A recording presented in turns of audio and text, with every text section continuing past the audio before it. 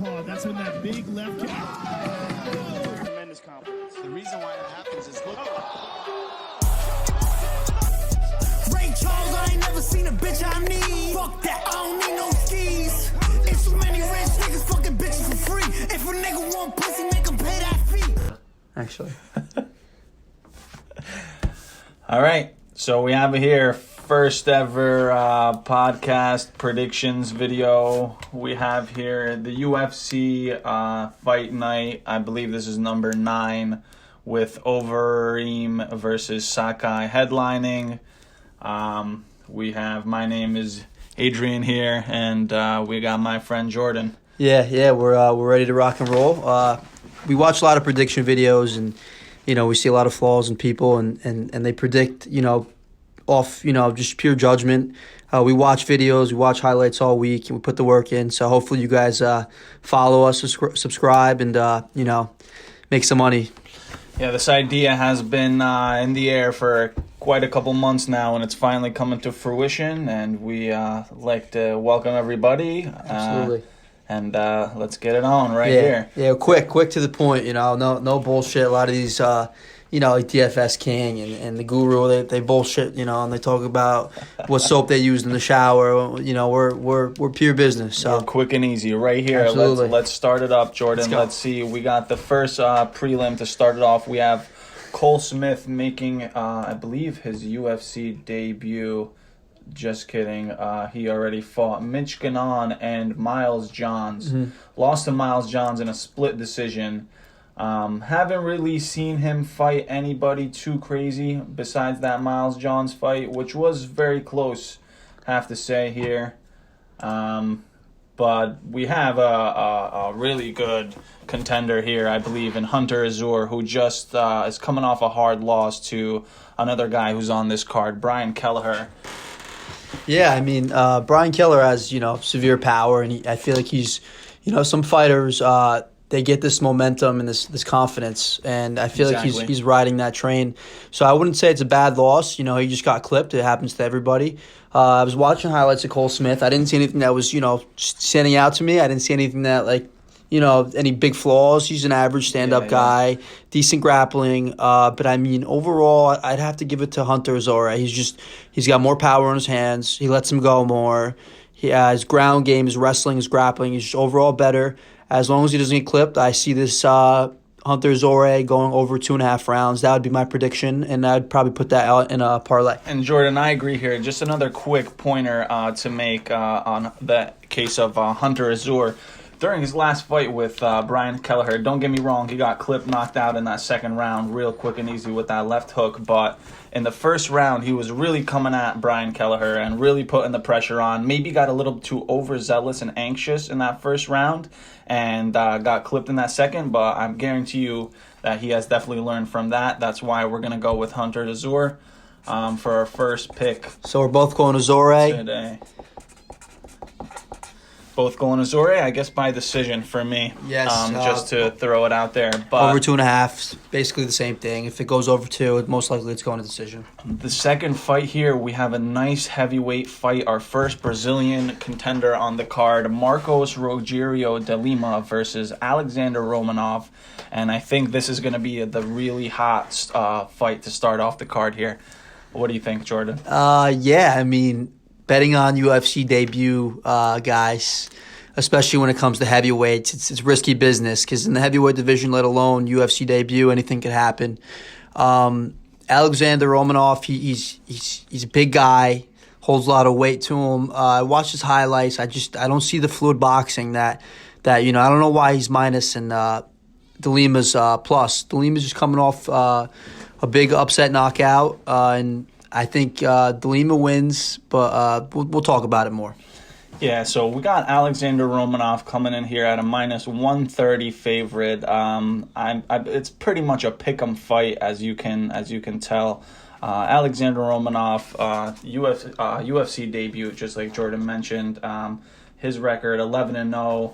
he had that crazy slam KO in that first round when he fought Sergio Freitas, another guy with a decent record, 6-1. You could tell from Romanov's record here that he has fought fairly decent opponents in the past couple months and the past couple years of his career here. So, studying Marcus De Lima, just because I think he is going to win, and that's my upset of the night, is De Lima. Everyone's heavy on this new guy, but he hasn't fought the opponents that De Lima has. De Lima has fought in the likes of Ovik St. Preux. He's fought in Steven Struve, and he's just knocked out Ben Sassoli in his last fight, and he was plus money there. I didn't take him, unfortunately. I lost a lot of money from betting Ben Sassoli, but De Lima looks like I said earlier, just one of those guys that when they get that momentum and confidence, they just start rolling. And I really do think that De Lima is going to upset this guy. I didn't see anything impressive on Romanov except his wrestling. He's a strong guy, but I do believe that De Lima has awesome BJJ, and he can either tap him out or finish him. If my prediction, if I had to pick, it'd go inside the distance for sure. I'd say under 2.5 rounds. And I'm going to have to fade you here. I like the over 2.5 round. You said under 2.5 round? Well, I think it's plus 1.5, so that it's over plus 1.5 right now. But I mean, if it goes to 2.5, I'd say second round knockout De Lima. If anything, a finish at least in the second round. I think first round they're going to feel each other out. But Romanov is striking. He really doesn't have any. Romanov's ground game is super dangerous though, and De Lima's fault, as we can see here, he has 4 losses inside the UFC, all due to submission, and you can see it's a very a big flaw in his game, and it doesn't seem like it's improved over the years. So that's why Adrian, we're gonna go here, Team Adrian. We're gonna go with Romanov at a minus 130, and we're going to move this along to the next fight of the night. We have Viviane Araújo, another Brazilian fighter, versus Montana De La Rosa, and it's women's MMA, gentlemen. What are we going to do? Stay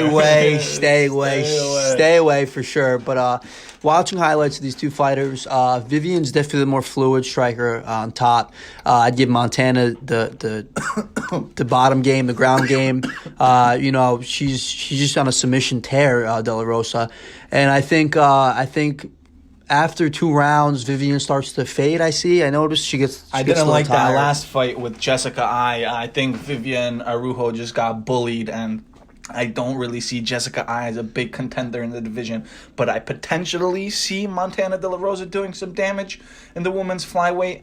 That's why I'm going to go with Montana De La Rosa here. Like I said, stay away.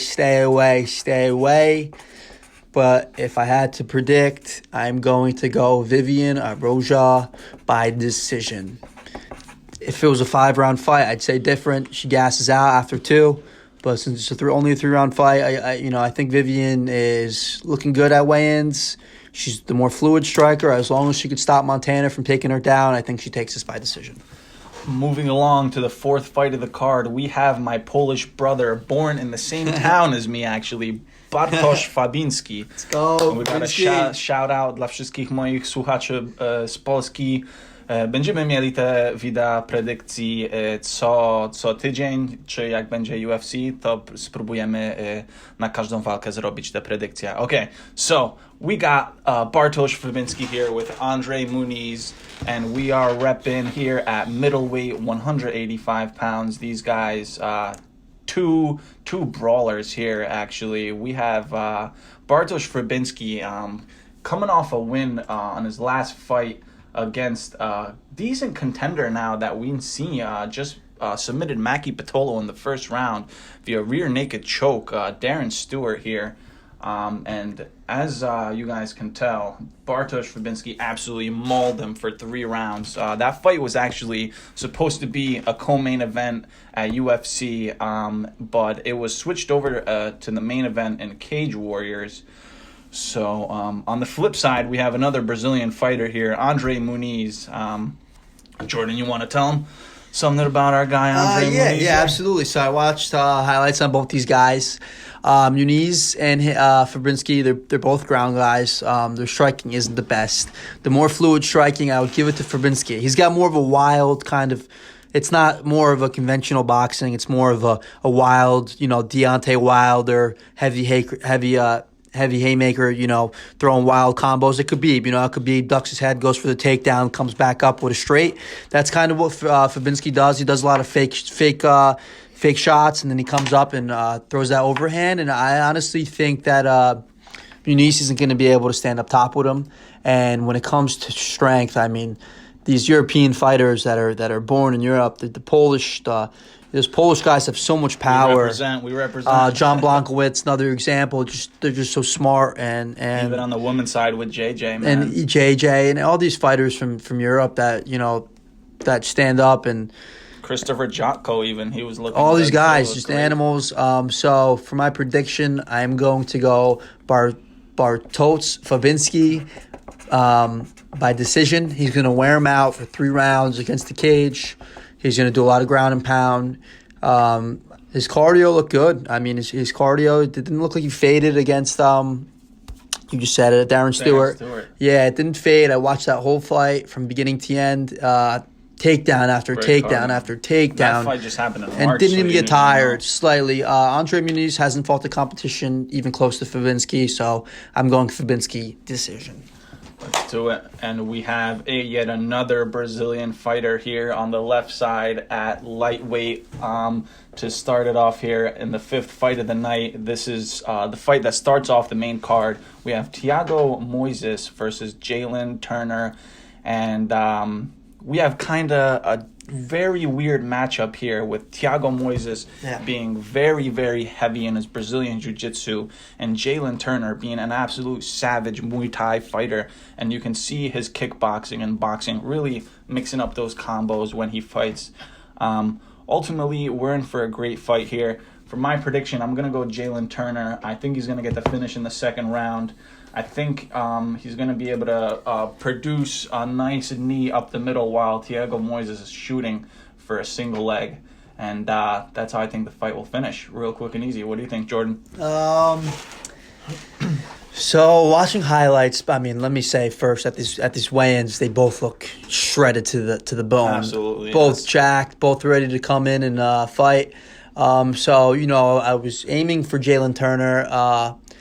Watching Moises, though, he's a very conventional boxer. I wouldn't say as my confident pick is definitely going to be not to go the distance. The fight, I think it's at -225 right now. Hopefully people bite on to go the distance and becomes a little better odds. But my lock is definitely not to go the distance. One of these guys are going to get knocked out. I know Jalen Turner, his chin is kind of little cheesy. I know he's been knocked out a couple times. That crazy knockout by Vicente Luque. Yes, got knocked out by Vicente Luque. I'm pretty sure all his fights he's been knocked out besides one. The fight with Matt Frevola. Matt Frevola, he lost. Richard Leroy knockout. Ronnie Barja. These guys are nobodies, and he's getting knocked out by them. That's why I'm going to go. I think Jalen Turner gets clipped. I think I'm going to go Thiago Moises. And again, could go either way. Turner has so much power. If I had to pick, I'm going Moises. But at the end of the day, if you're going to bet not to go the distance. And the next fight here, we have Brian Kelleher and Kevin Natividad. Kevin Natividad making his debut here, and we have some Brian Kelleher action with another main card fight. We see him coming off a loss to Cody Stamann by decision, where Cody Stamann was fighting under some crazy circumstances. I believe it was his brother who just passed away that same week, and he still went out there and gave it his all and really beat the hell out of Brian Kelleher. In all honesty, he really got battered 30-27, not even a close decision there. But on the flip side here, we have a brand new fighter, Kevin Natividad. Yeah. And he's coming from the LFA promotion, really good record. Is he fighting the craziest great opponents? Is he fighting a Cody Stamann? No. Is he fighting a Hunter Azure? No. But, This guy, he's got some heart. He's got some determination.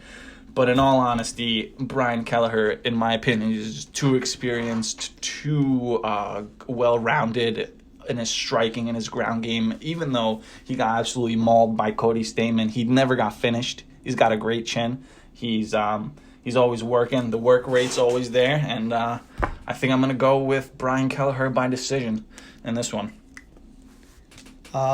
Yeah, okay, so I would have to tend to agree. I think going Kelleher, but don't count this guy out. I would bet the over, just because, I mean, this guy, I watched highlights of him, fluid striking, man. Erwin Rivera is in the UFC right now, looking awesome.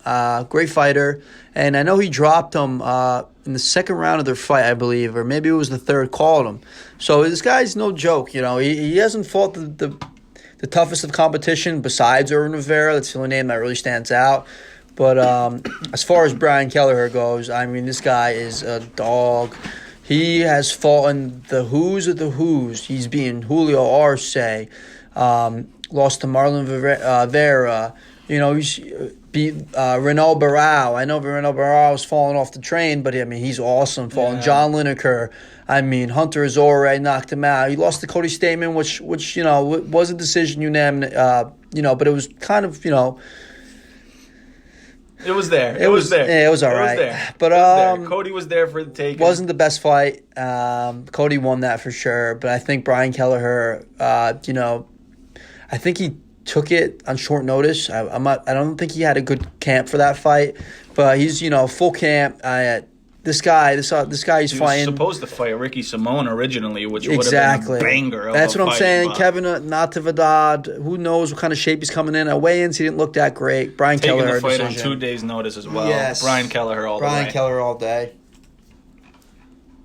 And for the next fight, we're starting to spice it up here. My honestly favorite fight of the night. The fans' favorite fight. The fans' fight. One of my top 3 most entertaining fighters I've ever watched, Michel Pereira. Guy's an absolute savage. Throws any combination you can name out there. Rolling thunders, backflips, anything you can imagine. He's going to start breakdancing for us before the fight starts. You can guarantee that. Ah, man, this guy's just a wild man. You saw what he did to Danny Roberts, absolutely friggin' devastated him. And then we saw the fight against Tristan Connolly. We all know what happened. He just did some crazy shit in the first round. Yeah. Shouldn't have been doing all that crazy shit in the first round. Got absolutely gassed out, and Tristan Connolly just sat on him for 3 rounds. Going to that Diego Sanchez fight, Michel Pereira dominated all 3 rounds, and then going out on a limb, Diego Sanchez should have continued the fight. There was maybe, if I remember correctly, 2 or 3 minutes left in that 3rd round, and he could have just ran around the ring for 3 rounds while Michel Pereira danced, and he could have went out honorably and lost, But this is the fight game, and anything happens. On the flip side, we got the Russian Zelim Imadeyev. Jordan, you want to break down this guy? Yeah, Zelim Imadeyev, he's all right. I mean, nothing stood out to me when I watched highlights of him. To me, I think he's fought bums. Look at this. Yeah, First I mean, 5 fights, but look, 0-2, 0-2, 0-0, 0-0, 2-0, 0-0. Didn't fight someone decent until his 6th fight. Insane.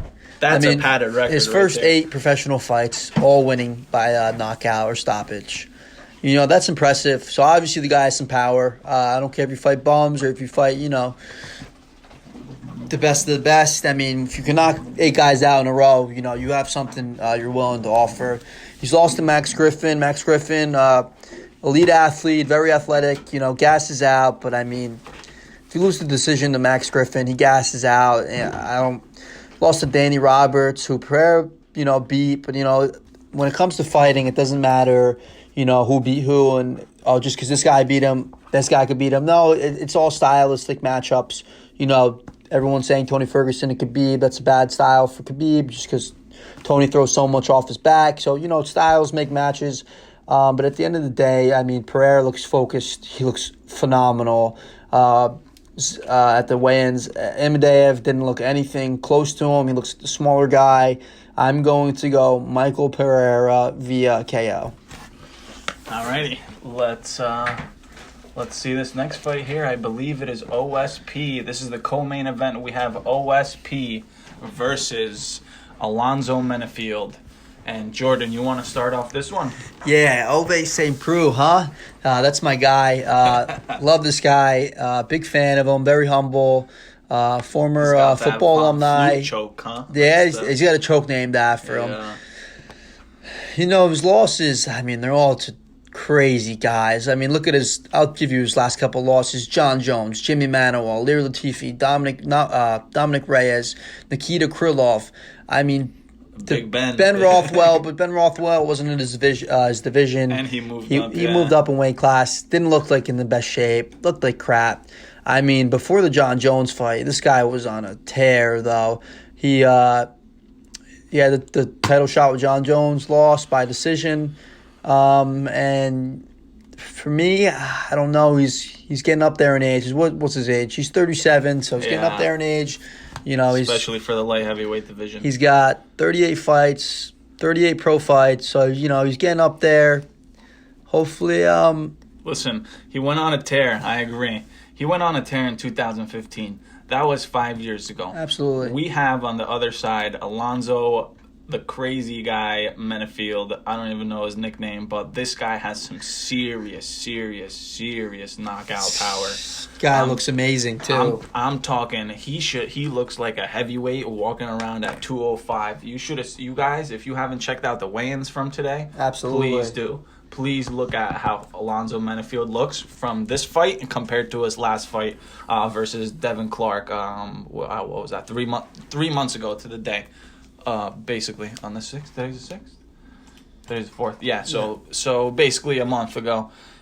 We all know what happened versus Devin Clark. He got bullied for all the 2 rounds. The judges, 2 of them gave it 30-27, I believe. Yeah. But I believe it was 29-28. Alonzo Menafield definitely won the first round. Almost opened up Devin Clark's whole face with that one right hook, but Devin Clark held on there and then just basically hugged Menafield and took him down once, I believe, on 10 attempts. Yeah. So Menafield we can tell, I think it was once or twice, but he was gassed, but he's so strong, and he wasn't, like, if Devin Clark, with his good wrestling, isn't able to take out Menafield, I do not think OSP has one shot at taking down Menafield. That's why I'm going to go by Menafield by KO in the first round, and we're going to sprinkle a little bit on that as one of the prop plays. Absolutely. Yeah, I agree with you. I'm taking Menafield.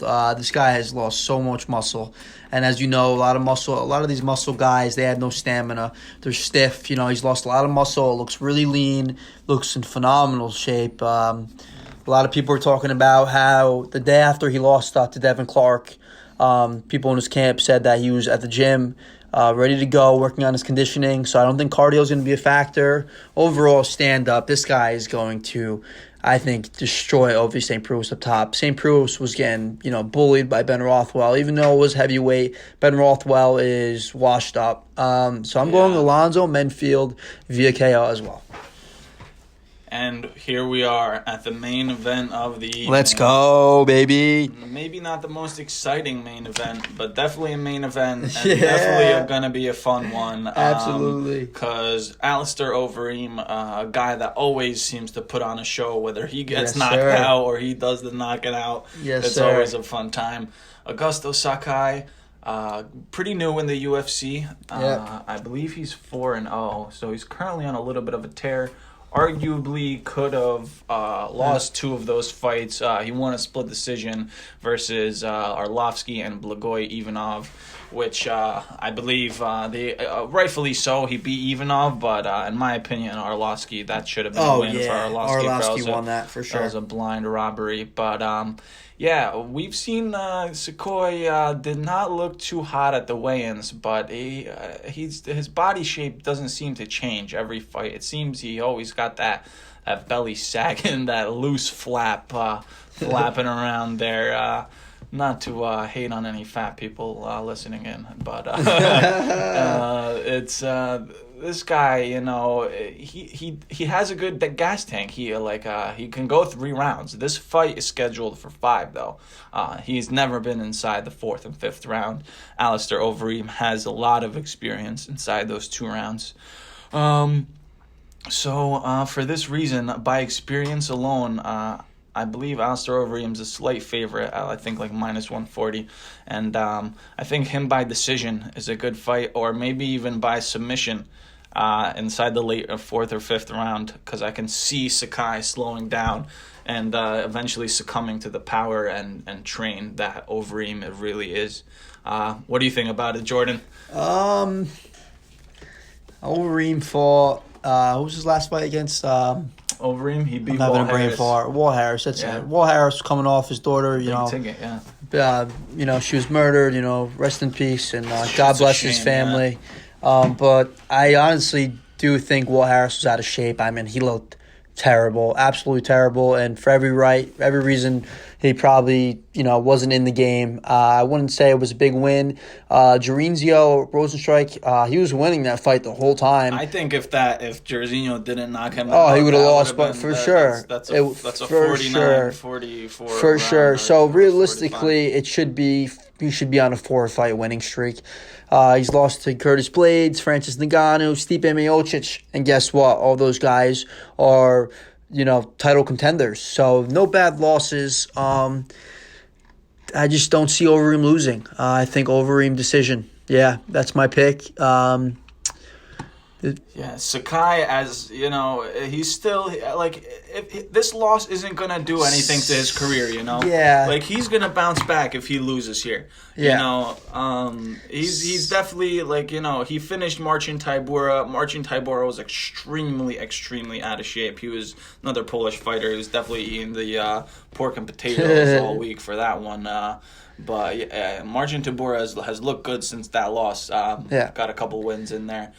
But overall, I don't think really Augusto Sakai has been tested. I mean, Ivanov is a good fighter, but arguably some people say he lost to him. So that's why we're both gonna go with the real deal, Alistair Overeem. Yeah, here. let me just say this: we're just giving picks because we have to, but this is a stay away fight. All heavyweights. Absolutely, yeah. Overeem has he's been chinny his last few fights. He did get clipped to Walt Harris. He did get clipped by Walt Harris. Walt Harris, almost finished the fight. In the first round. Yeah, so he's very chinny. Stay away from that fight. We're just giving picks. If we have to pick, we're picking Overeem, but stay away, please. Okay, so now we got our absolute locks of the day. The ones that we are actually going to be putting our money on, Yes. our big money on, because Yes. there are some little plays that we sprinkle here and there, just for fun. But Yes. I am going to go with Romanov and Pereira parlay. I believe I got it at about plus 264. We're gonna do a unit play on that. I think it's a lock. I think Romanov is just gonna smother Lima for 3 rounds and win by the decision. And Pereira just got smacked. Actually, very disrespectful by Zelim Imadev, I believe that's how you pronounce it, in the face-offs after the weigh-ins this afternoon, and it didn't look like Pereira took lightly to it. So, and Pereira, I've been following this guy. He's my guy. I've been following this guy ever since his Diego Sanchez loss on Instagram, and he actually wrestled some young cows 2 weeks ago, or a week ago, which is pretty crazy to me. So.